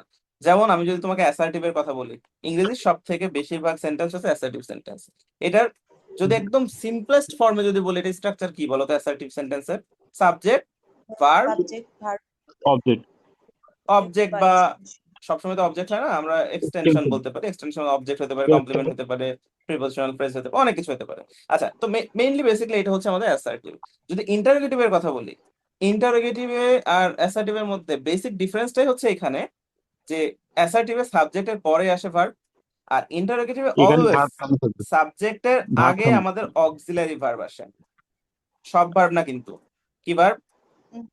Auxiliary verb. আগে থাকবে অক্সিলারি ভার্ব, তারপরে সাবজেক্ট, তারপরে যদি মেইন ভার্ব থাকে তাহলে মেইন ভার্বটা আসবে, তারপর আমাদের বাদ বাকি অংশ দিয়ে লাস্টে কি, যেটা না হলে ইন্টারোগেটিভ হবেই না, কোয়েশ্চেন মার্ক বা নোট অফ ইন্টারোগেশন। ঠিক আছে, এখন আমি যদি তোমাকে এই জায়গাতে দেখাই, ধরো আমি যদি বলি এরকম, হি ইজ আ স্টুডেন্ট, এটা কি অ্যাসার্টিভ নাকি ইন্টারোগেটিভ না এক্সক্লেমেটরি, কি হবে এটা? assertive, অ্যাসার্টিভ কেন? বিকজ সাবজেক্ট ভার্ব, subject, তাহলে আমাদের ওই Object. স্ট্রাকচারে পড়ছে। কিন্তু আমরা জানি ইন্টারোগেটিভে কি হয়, সাবজেক্টের আগে কি আসে? auxiliary verb ভার্ব আসে। আসবে, auxiliary verb। অক্সিলারি ভার্বটা, তাহলে এইটা, তাহলে এটাকে আমরা আগে নিয়ে চলে আসলাম ইজ, এবার আমাদের সাবজেক্ট আসে, তাহলে হিটা পরে নিয়ে চলে আসলাম, ইজ হি আ স্টুডেন্ট, তারপর লাস্টে কি হবে? Question exclamation. মার্ক।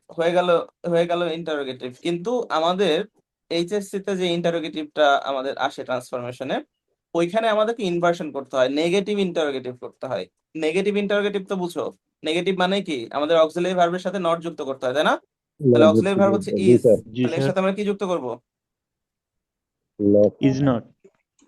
তাহলে ইজন্ট হি আ স্টুডেন্ট, সে কি একটা স্টুডেন্ট না? এটা হয়ে গেল আমাদের প্রশ্ন।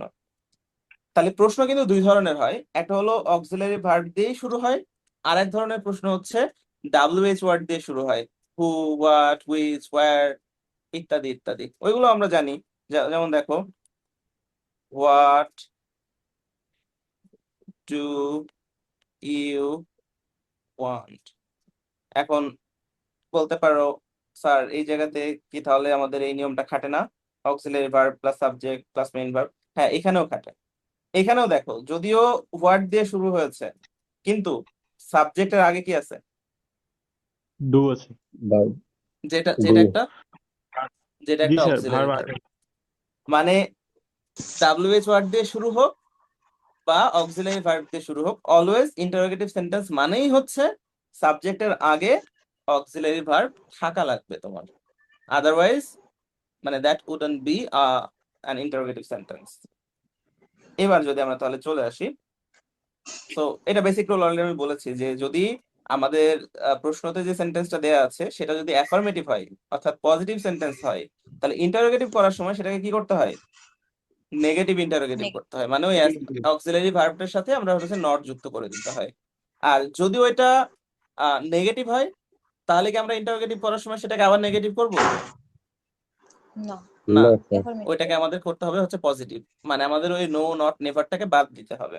সো বেসিক্যালি আমরা যদি উদাহরণটা দেখি, he is a good student, তাহলে আমরা এখানে ইজটাকে আগে নিয়ে চলে আসবো, ওর সাথে একটা নট যুক্ত করব, হি আ গুড স্টুডেন্ট এইভাবে দিয়ে লাস্টে আমাদের কোয়েশ্চেন মার্ক দিয়ে দিব, হয়ে যাবে আমাদের affirmative to negative interrogative.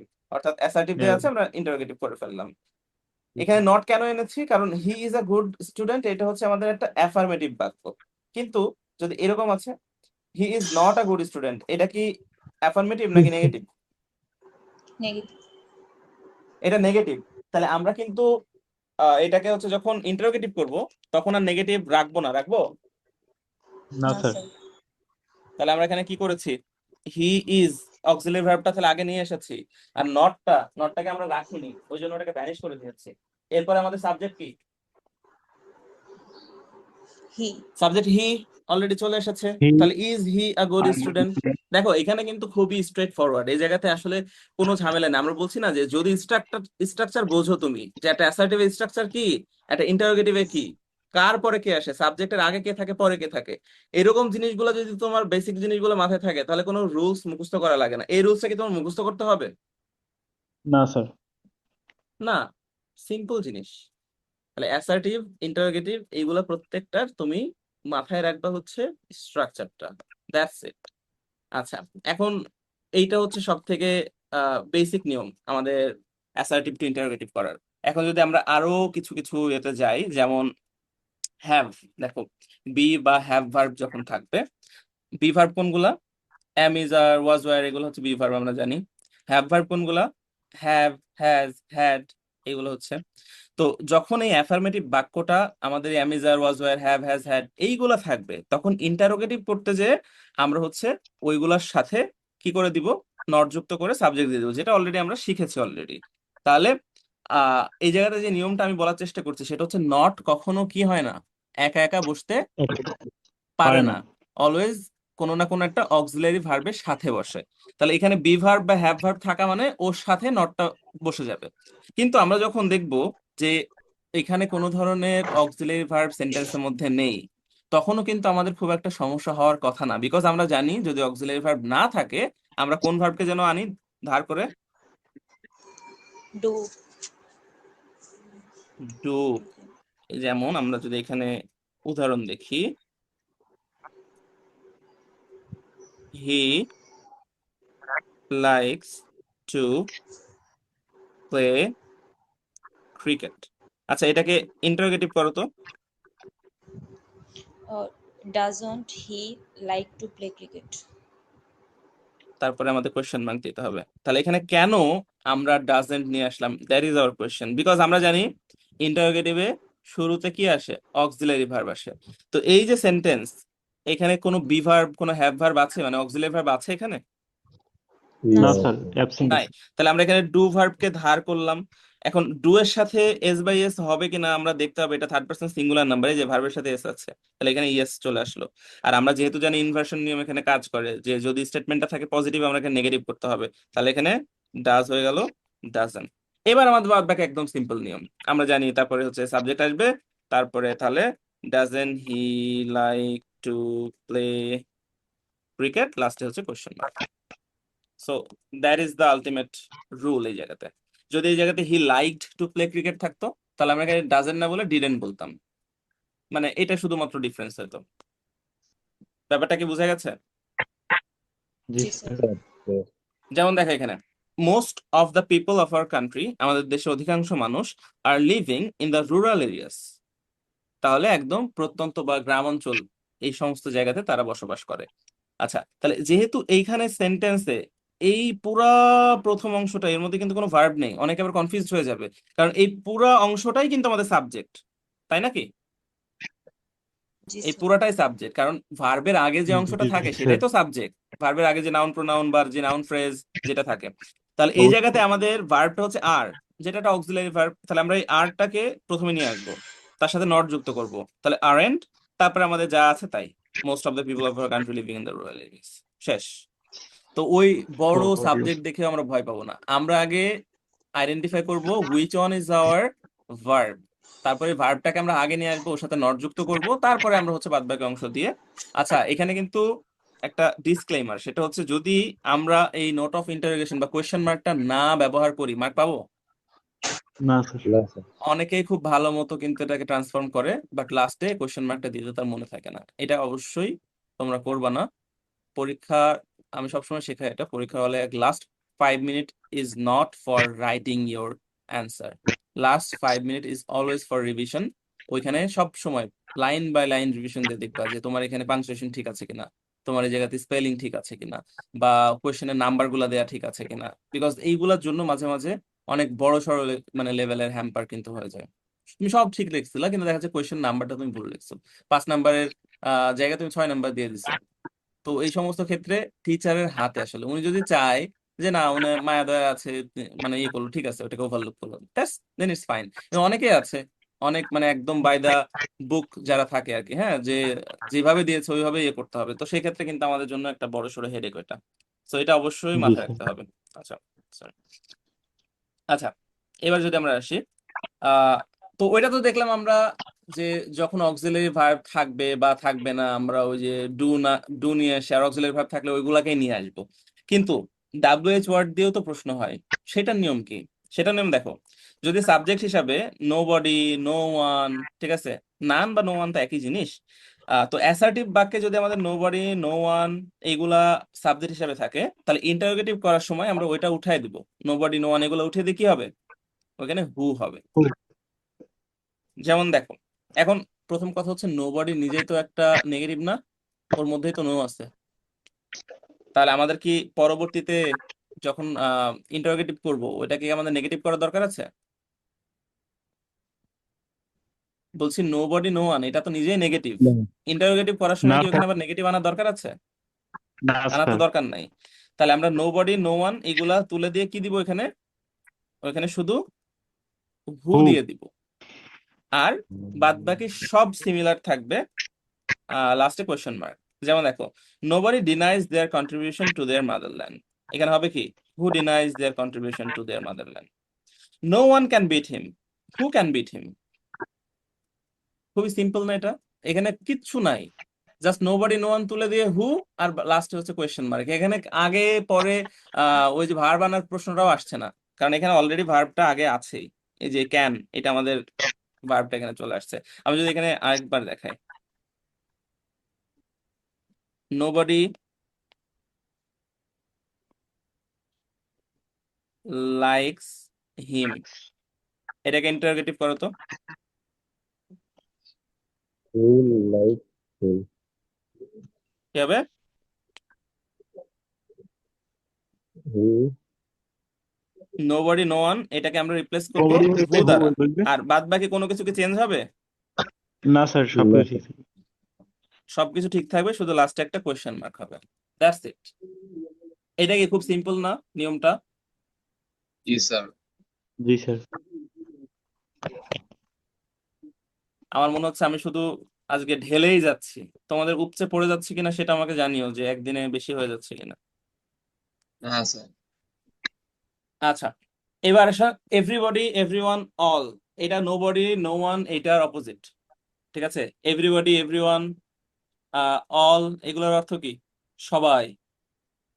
So everybody, everyone, all এটাকেও যদি আমরা শুধু হু দিয়ে করে ফেলি তাহলে জিনিসটা কি সেম থাকবে? কারণ নোবডি নো ওয়ান ওইটা যদি হু দিয়ে হয়, তাহলে এভরিবডি এভরিওয়ান এটা তো হু দিয়ে হওয়ার কথা না, এটা তো অপোজিট হওয়ার কথা, তাই না? নিয়মটাও সিম্পলি তাই, এখানেও হু আসবে আর তার সাথে নট যুক্ত করতে হবে অপোজিট করার জন্য। এখন নট তো একা একা হয় না, আবারও বলছি নট একা একা হয় না, সবসময় কাকে নেয় সাথে করে? Auxiliary verb. অক্সিলারি ভার্ব নাই, ওই জন্য এখানে আমরা ওই ডু ভার্বকে ধার করি। যেমন দেখো, everybody wants to be happy, তাহলে আমরা এভরিবডিকে তুলে দিয়ে কি করব এখানে, হু। হু। আচ্ছা, এবার আমরা কি করব, নট যুক্ত করব। এখন নট একা একা হয় না, তো এখানে আমরা ডু জি। ভার্বকে ধার করেছি, যেহেতু এখানে ওয়ান্টস আছে তাহলে এটা ডাজ হয়ে যাবে, তাহলে who doesn't want does. To be happy, লাস্টে কোয়েশ্চেন মার্ক। কিন্তু এখানে যদি দেখো, everyone listen to my request, তাহলে হু দিয়ে দিলাম এভরিওয়ান তুলে দিয়ে, আর এইখানে তো আর ডাজেন্ট দিতে পারবো না বিকজ লিসেন্ট হচ্ছে V2, তাহলে এখানে কি হবে, পাস্টে আছে। ডিডেন্ট। তাহলে who didn't listen to my didn't. Request. তাহলে নো বডি নো ওয়ান এখানে শুধু হু, আর এভরিবডি এভরিওয়ান অল থাকলে হু প্লাস নট, আর এই নটটা তো অবশ্যই আমাদেরকে কোনো না কোনো একটা অক্সিলারি ভার্বের সাথে দিতে হবে। এখন এইটাকে যদি আমরা বলি everybody wants to be happy, এটাকে নেগেটিভ করো, ওই যে অ্যাফার্মেটিভ টু নেগেটিভ একটু আগে শিখলাম, কি হয় এভরিবডি থাকলে?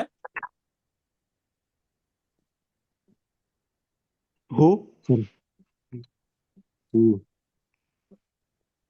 Not আসবো। এভরিবডি থাকলে কি হয়, মন হারিয়ে গেল?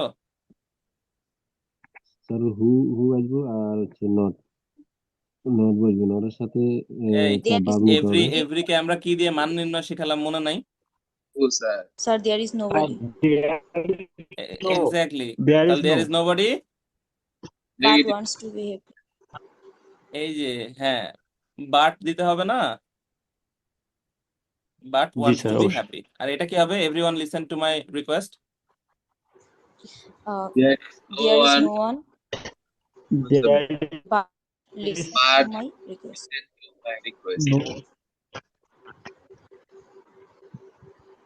আচ্ছা, আমার কথা কি ঠিক মতো তোমরা শুনতে পাচ্ছ নাকি তোমাদের কথা আমি একটু ভাঙা ভাঙা শুনছি? বুঝলাম না। স্যার কথা শোনা যাচ্ছে না? হ্যাঁ, আমি শুনতে পাচ্ছি। আমার কথা কি ঠিক মতো শোনা যাচ্ছে? হ্যাঁ, যাচ্ছে sir.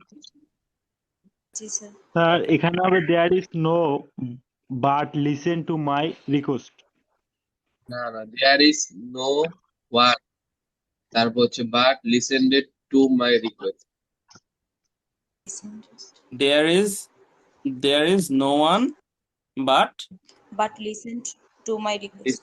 To my request. Exactly, এখানে লিসেন্ট দিতে হবে, বিকজ এখানে তো আমরা যে ডিড নট, এটাকে আবার আমাদের ইয়ে করতে হবে, মানে মান নির্ণয় তো আমাদের আবার ফিরে দিতে হবে না, ডিড নট তো আর আনতে পারবো না। আচ্ছা, এখানে তানভীর একটা প্রশ্ন করেছে, now it is almost every family has a television set. Double has কেন? একটাই হবে স্যার, ভুলটা একটা হ্যাজ হবে, মিস্টেক। এটা কি করতে হবে? ইন্টারোগেটিভ। জি স্যার, ইন্টারোগেটিভ আর হচ্ছে নেগেটিভটা করে দেবেন স্যার, বুঝিয়ে দিন। ইন্টারোগেটিভ নেগেটিভ বলার তো দরকার নেই, ওটা তো এমনিতেই নেগেটিভ ইন্টারোগেটিভ হয়ে যাবে।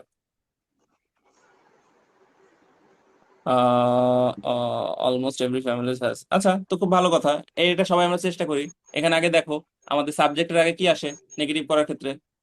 অক্সিলারি ভার্ব আসে। তো এই জি সেন্টেন্সের মধ্যে কি অক্সিলারি ভার্ব দেয়া আছে? দেয়া নেই, কারণ হ্যাজ এখানে মেইন ভার্ব। তাহলে অক্সিলারি ভার্ব হিসেবে আমরা ডু ভার্বকে নিব। এভরি যেহেতু third person singular number, so আমরা ডু এর সাথে ডাজ কে নিব। ঠিক আছে, তাহলে ডাজ চলে আসলো। ডাজের সাথে নট হবে, আমরা জানি নেগেটিভ হয়। তাহলে ডাজেন্ট, এরপর আমরা কি করব? সাবজেক্টটা দিয়ে দিব, almost every, doesn't almost every family. এখানে হ্যাভ হবে না স্যার, হ্যাজটা এবার হ্যাভ হবে।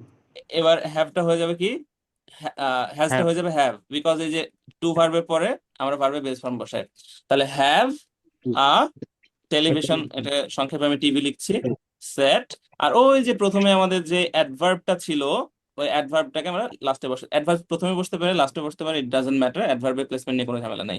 তারপরে আমাদের কোয়েশ্চেন মার্ক। তাহলে doesn't almost every family have a television set নাওয়াডেজ? Yes, Tanvir, এটা কি বুঝে যায়নি? জি স্যার, বুঝতে পেরেছি। আচ্ছা, এটা নিয়ে কি সমস্যা ছিল নাকি আমার জ্ঞান পরীক্ষা করে দেখলেন? একই সমস্যা নিয়মে স্যার, স্যার, যে যখন পড়লাম যেগুলো আপনার করলাম জ্ঞান পরীক্ষা করে কি করবো স্যার? হ্যাঁ, আপনার জ্ঞান পরীক্ষা করে আমি কি করবো স্যার? ও কি করবা? সমস্যা ছিল স্যার, আমি তো জানি স্যার আপনি জ্ঞানী। আচ্ছা, ঠিক আছে। ও, জানতে জানতে না, জানা ভালো, জানতে জানতে জানোয়ার হয়ে গেলে আবার সমস্যা হয়ে যাবে তখন, বুঝছো? লিমিটের মধ্যে জানতে হবে। না, ফান করছি। এমনিতে আর যদি তোমাদের এই সংক্রান্ত কোনো সমস্যা থাকে বলতে পারো, আমি ওই রুলটা ভালো করে এখানে অ্যাড্রেস করে দিই। আচ্ছা, তো মনে হয় আরেকটা দিচ্ছ না, without reading books we we can not enrich our mind. Affirmative, এটা অ্যাফার্মেটিভ তুমি পারবা, বলো কি হবে? স্যার এখানে চেঞ্জ করা লাগবে মেবি। উইদাউটটা এখানে মেনলি মেবি। বাংলাতে আগে ভাবো, বাংলাতে আগে ভাবো। এখানে বলছে যে বই বই পড়া ছাড়া আমরা আমাদের ছাড়া মস্তিষ্ককে মানে জ্ঞান এনরিচ করতে পারি না, বৃদ্ধি করতে সমৃদ্ধ পারি না। করতে পারি না। সমৃদ্ধ। তার মানে কি? তার মানে হচ্ছে আমরা বলতে পারি এরকম না, যে বই পড়ার মাধ্যমে আমরা আমাদের মস্তিষ্ককে সমৃদ্ধ করতে পারি, জি অবশ্যই। এরকম বলতে পারি না? তাহলে মাধ্যমে যদি বলি, তাহলে এটাকে আমরা কিভাবে ইংলিশে কিভাবে ইয়ে করি? বাই বলি না? উইদাউট রিডিং বুকস এখানে আমরা বলতে পারি by reading books. By we can not আছে, ওই জায়গায় হয়ে যাবে উই ক্যান। can and মানে Can. খুবই সিম্পল জি জিনিস। Sir, right. এখানে উইদাউটটার জায়গায় শুধু হবে বাই, আর ক্যান নটের জায়গায় হবে শুধু ক্যান। By reading. সিম্পল বিষয়।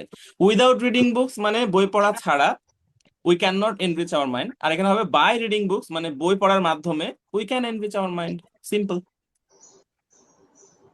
তানভীর, বোঝা গেছে? জি স্যার। আচ্ছা, সবাই বুঝতে পেরেছি আমরা এটা? জি স্যার, গড ইট। তবে খুব ভালো এই যে এই নিয়মটা পরীক্ষাতে দুইবার একবার এসেছে, উইদাউট এর নিয়মটা। তো এটাও একটু তোমরা লিখে রেখো। তাহলে সিম্পলি উইদাউট এর জায়গায় বাই দিয়ে দিব, আর পরে যে ক্যান নটের জায়গায় ক্যান দিয়ে দিব, এইটা হয়ে গেল। আচ্ছা, সো আমরা কোথায় ছিলাম? আমরা অলরেডি এভরিবডি এভরিওয়ান এগুলো শেষ করেছি না? জি স্যার। আচ্ছা, এটা আমরা লাস্ট আজকে এইটা আলোচনা করে আজকে শেষ। সেটা হচ্ছে এই ক্ষেত্রে আমাদের একটা ঝামেলা আসে, সেটা হলো যদি এটা একটা কমপ্লেক্স সেন্টেন্স হয়, অর্থাৎ কমপ্লেক্স সেন্টেন্সে আমরা জানি একাধিক ক্লজ থাকে। সেই ক্ষেত্রে আমরা যদি ইন্টারোগেটিভ করতে যাই অ্যাসার্টিভকে, তাহলে আমরা ইন্টারোগেটিভ করার ক্ষেত্রে প্রিন্সিপাল ক্লজ নাকি সাবঅর্ডিনেট ক্লজ কোনটাকে ইন্টারোগেটিভ করব? মানে দুইটাকে তো আমি ইন্টারোগেটিভ করতে পারছি না। তো সেটার ক্ষেত্রে সব সময় মাথায় রাখবা প্রিন্সিপাল ক্লজটাকে ইন্টারোগেটিভ করতে হবে, সাবঅর্ডিনেট ক্লজটা আনচেঞ্জ থাকবে। সিম্পলি বুঝাই দিচ্ছি প্রিন্সিপাল ক্লজ কি, সাবঅর্ডিনেট ক্লজ কি, এইটাও আবার একটু আগে ভালো করে ক্লিয়ার হয়ে নিতে হবে, নাহলে আবার বুঝবা না জিনিসটা। জি স্যার, প্রিন্সিপাল ক্লজ রাইট। হচ্ছে বাক্যের সেই অংশটা যে অংশটা নিজে নিজে স্বাধীন ও কারোর উপর ডিপেন্ডেন্ট না, মানে ওকে আমি আলাদা করে শুনলেও মনে হবে যে ও একটা আলাদা সেন্টেন্স। ঠিক আছে, যেমন আমি যদি এখানে বলি অ্যাজ শি গট ভিসা, যেহেতু সে ভিসা পেয়েছে, এটা বলে আমি শেষ করে দিলাম, এটা কি সম্পূর্ণ অর্থ প্রকাশ করছে? না স্যার। মনে হচ্ছে না যে কিছু একটা বাকি রয়েছে? তো ভিসা পেয়েছে তো কি, এখন কি তার বিয়ে ঠিক হয়ে যাবে? বিসিএস ক্যাডার কি তার জি পেছনে ঘুরছে? মানে কিছু একটা তো এখানে হবে যে যেটা মনে হচ্ছে যে আছে। তো যেইটা এরকম মনে হবে যে ইনকমপ্লিট, সেটা হলো আমাদের সাবঅর্ডিনেট ক্লজ। আচ্ছা, she decided to go abroad, সে বিদেশে যাওয়ার সিদ্ধান্ত নিয়েছিল। এই যে আগের এই অংশটুকুকে বাদ দিয়ে দাও, বাদ দিয়ে দিয়েও যদি আমরা এটাকে দেখি যে এটা সেন্স মেক করছে, তার মানে এটা প্রিন্সিপাল ক্লাস। এটা কি নিজে নিজে সেন্স মেক করে না? শুধু এটা বাদ দিলেও আমি যদি বলি সে ডিসাইডেড টু গো অ্যাব্রড, স্বাধীন এটা হবে। স্বাধীন না? Yes sir. তাহলে এইটা হলো আমাদের প্রিন্সিপাল ক্লাস। তাহলে আমরা বুঝতে পারছি যে অংশটা নিজে নিজে ইন্ডিপেন্ডেন্ট স্বাধীন, সেটাকে বলে প্রিন্সিপাল ক্লাস। তাহলে আমরা এখন অ্যাসার্টিভ থেকে ইন্টারোগেটিভ করার ক্ষেত্রে আমাকে বলো অ্যাজ শি গট ভিসা নাকি she decided to go abroad, কোন অংশটা আমরা হচ্ছে ইন্টারোগেটিভ করব? She decided to go abroad. হ্যাঁ, কারণ আমরা বলেছি যে কমপ্লেক্স সেন্টেন্সের ক্ষেত্রে আমরা প্রিন্সিপাল ক্লজটাকে ইন্টারোগেটিভ করব। তাহলে প্রিন্সিপাল ক্লজ ইন্টারোগেটিভ করা, দেখো আমাদের তো ডিফারেন্ট কোনো আর মেথড নেই, ওই যে সেম মেথড। কারণ এখানেও সাবজেক্ট আছে, ভার্ব আছে, তাহলে আমাদের কি করতে হবে? সাবজেক্টের আগে আমাদের অক্সিলারি ভার্ব সহ নট দিতে হবে, তারপরে সাবজেক্ট নিয়ে আসতে হবে, বাদ বাকি অংশ ইয়ে করে লাস্টে কোয়েশ্চেন মার্ক। তাহলে শি ডিসাইডেড, এখানে কোনো অক্সিলারি ভার্ব নেই, তাহলে আমরা একটা ডু ভার্বকে নিয়ে আসবো। ডিসাইডেড যেহেতু V2, তাহলে আমরা ডিড ডিড নিয়ে আসলাম। আর যেহেতু এটা একটা পজিটিভ, ওই জন্য আমরা ডিড এর সাথে নট নিয়ে আসলাম, তাহলে ডিড নট। এরপর আমাদের সাবজেক্ট আসবে ডিড নট শি, তারপরে ডিসাইডেড কি আর থাকবে? কারণ অলরেডি ডিড এটা V2 করে দিয়েছি। তাহলে did not she decide to go abroad, লাস্টে কোয়েশ্চেন মার্ক। এই জিনিসটা কি বোঝা গেছে? জি স্যার। আচ্ছা, আমি বুঝছি স্যার। আরেকটা, though he is a liar, he got the book. আচ্ছা, আমাকে আগে বলো এখানে প্রিন্সিপাল ক্লজ কোনটা? স্যার, প্রিন্সিপাল গুলো হচ্ছে ফার্স্টটা দো নাকি হি সেকেন্ডটা? Which one is our principal clause?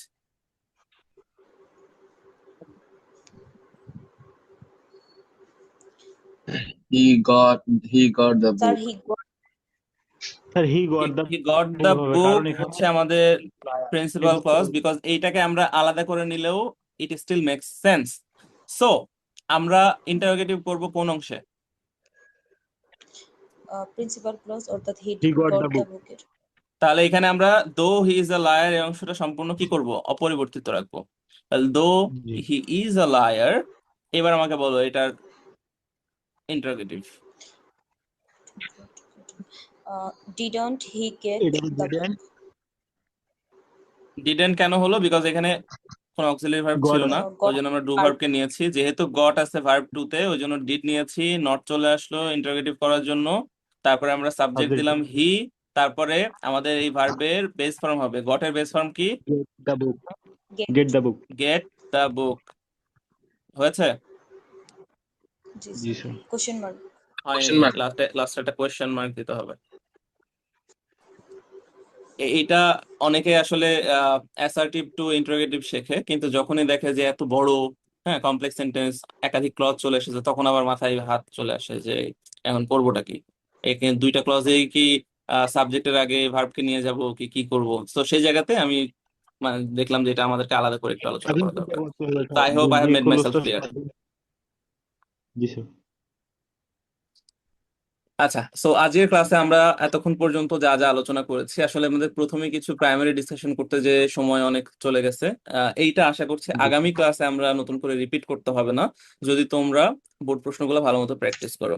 So আগামী ক্লাসে আমরা শুধুমাত্র মানে ধরতক্ত মারপেরেক, হ্যাঁ, শুধুমাত্র নিব, রুলস শেষ করব। আর তোমাদের মূল যে কনসার্নের জায়গা সিম্পল কমপ্লেক্স কম্পাউন্ড, সেটাও আমরা হচ্ছে অ্যাড্রেস করে দেবো আগামী ক্লাসে। ওকে, জি কারো স্যার। কোনো প্রশ্ন আছে? না স্যার। না আজকের স্যার, ক্লাস কেমন ছিল? আলহামদুলিল্লাহ sir, outstanding. Sir outstanding sir, সেরা স্যার।